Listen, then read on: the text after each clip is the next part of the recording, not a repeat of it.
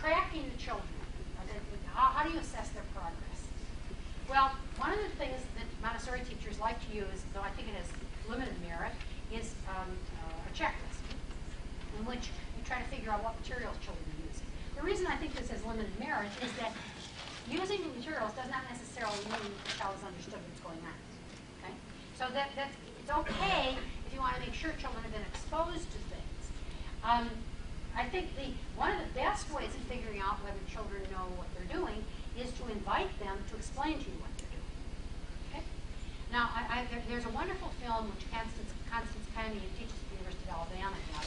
I'm teaching double-digit addition. Some of you may be familiar with this. It's not a wonderful title. It's not going to be the 10 best films. But this is a very conventional teacher teaching second graders how to do mental arithmetic.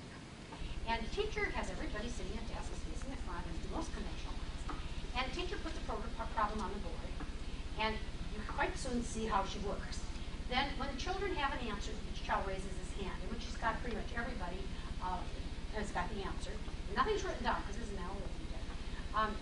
She invites the children to come up, and then one by one they write their answer on the board, the left of the problem. And of course, there are at least 6 answers always.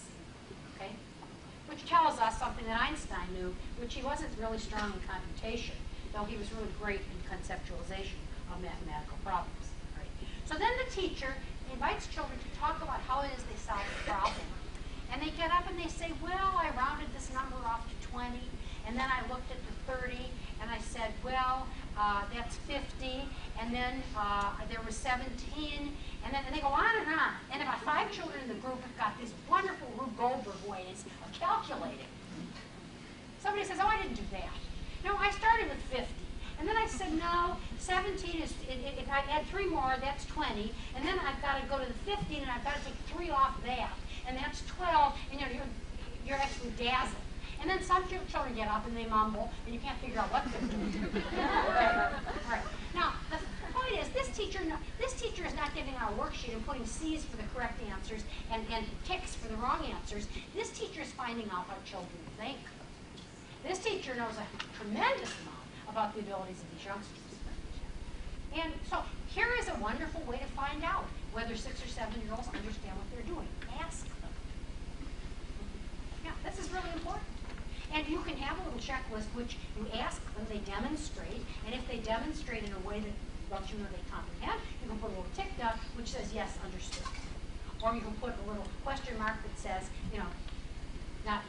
don't know. Or the child doesn't know, whatever it is. And again, so you need to know, you need to track the class. But I believe the most economical way with Montessori setting is get children to talk about what they're doing. Ask them very pointed questions.